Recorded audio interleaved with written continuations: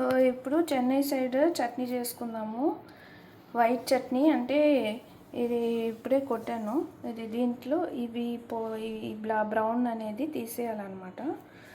So కొంచెం పెద్ద పెద్ద ముక్కలుగా మనము కట్ చేసుకుంటేనే తీయగలుగుతాయి. నేను దీంతో తీసేసుకుంటాను అన్నమాట. కొబ్బరి కూర అంటారు దీన్ని. ఇది స్పెషల్గా దీనికోసం తీసేసుకోవచ్చు. సో ఇలా తీసేసుకున్నాం అనమాట. మొత్తం 2 చిప్పల్ని కూడా నీట్గా తీసేసుకున్నాము. కావాలంటే దీంట్లోనే నీట్గా మనం బౌల్ లాగా ఉంది, దీన్ని మనం ఇలాగే దీంట్లో కూడా నీట్గా క్లీన్ చేసేసి సర్వ్ చేసుకోవచ్చు. పక్కన పెట్టాను. సో ఇప్పుడు ఇవి మనము ఇది అనేది తీసేసుకున్నాం, పీల్ చేసేసుకున్నాము. పీలర్ ఉంది, పీలర్తో తీసేసుకుందాము, లేదు నైఫ్తోనైనా తీసుకోవచ్చు. నేను మొత్తం గ్రేట్ అది పీల్ చేసేసాను. కొన్ని పీసెస్ ఉంచేసాను అనమాట. అంటే ఫుల్ కొబ్బరి కదా, ఎక్కువ అయిపోతుంది చట్నీ చేసేప్పుడు. ఇవి ఇలాగే మనము ఫ్రీజర్లో పెట్టేస్తే డ్రై కోకోనట్ అయిపోతుంది. ఇది ఫ్రెష్ కోకోనట్. లేదు 2-3 డేస్కి మనం వాడేసుకుంటామంటే ఇది ఇలాగే బౌల్లో పెట్టి ఓపెన్లో మన ఫ్రిడ్జ్లో పెట్టుకోవాలి. నార్మల్ టెంపరేచర్లో పెట్టుకోవాలి. లేదంటే ఫంగస్ పట్టేస్తుంది ఏమైనా క్లోజ్ చేసి పెట్టామంటే. నెక్స్ట్ ఇలా చేసుకుందాము. దీంతో స్లైస్ చేసుకుందాము. ఇది చూస్తున్నారు కదా, దీంతో మనం స్లైస్ చేసుకుందాము. చూసారా, ఇట్లా గ్రేట్ చేసేసుకున్నాము.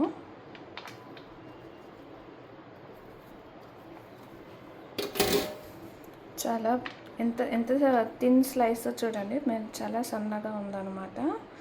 ఈ స్లైస్లో మనము దీన్ని పీసెస్గా గ్రేట్ చేసుకున్నాము. కొంచెం మెత్తగా మనకి గ్రైండ్ అవ్వాలి. దీన్ని ఇప్పుడు మిక్సీ పట్టుకుందాము. సో ఇది చట్నీ, కొబ్బరి చట్నీకి ఇది చెన్నై స్టైల్ ప్లెయిన్ కొబ్బరి చట్నీ. కొంచెం తీయగా కావాలంటే తీయగా చేసుకోవచ్చు. కొంచెం షుగర్ వేసుకుంటారు కొంచెంమంది, కానీ దీంట్లోనే న్యాచురల్ షుగర్ ఉంటుంది కాబట్టి మనం వేసుకోవాల్సిన అవసరం లేదు. సో ఇప్పుడు చట్నీకి కావాల్సిన ఇంగ్రీడియంట్స్ అన్నీ మనం దీంట్లో పెట్టుకుందాము. ఇవన్నమాట 3.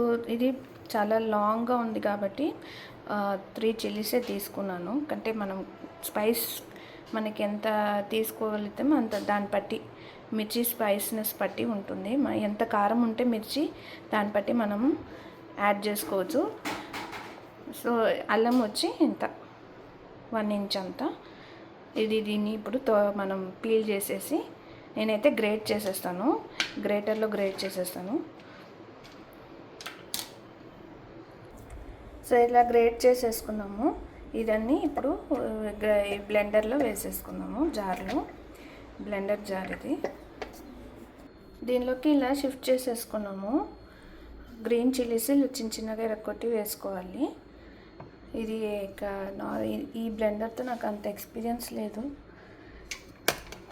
మిక్సీలు పాడయ్యాయి. ఓకే, దీన్ని ఇప్పుడు బ్లెండ్ చేసుకుందాము.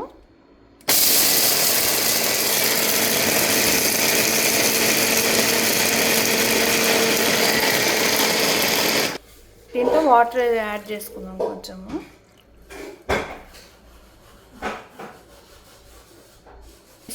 బ్లెండ్ చేసుకున్నాము ఇప్పుడు.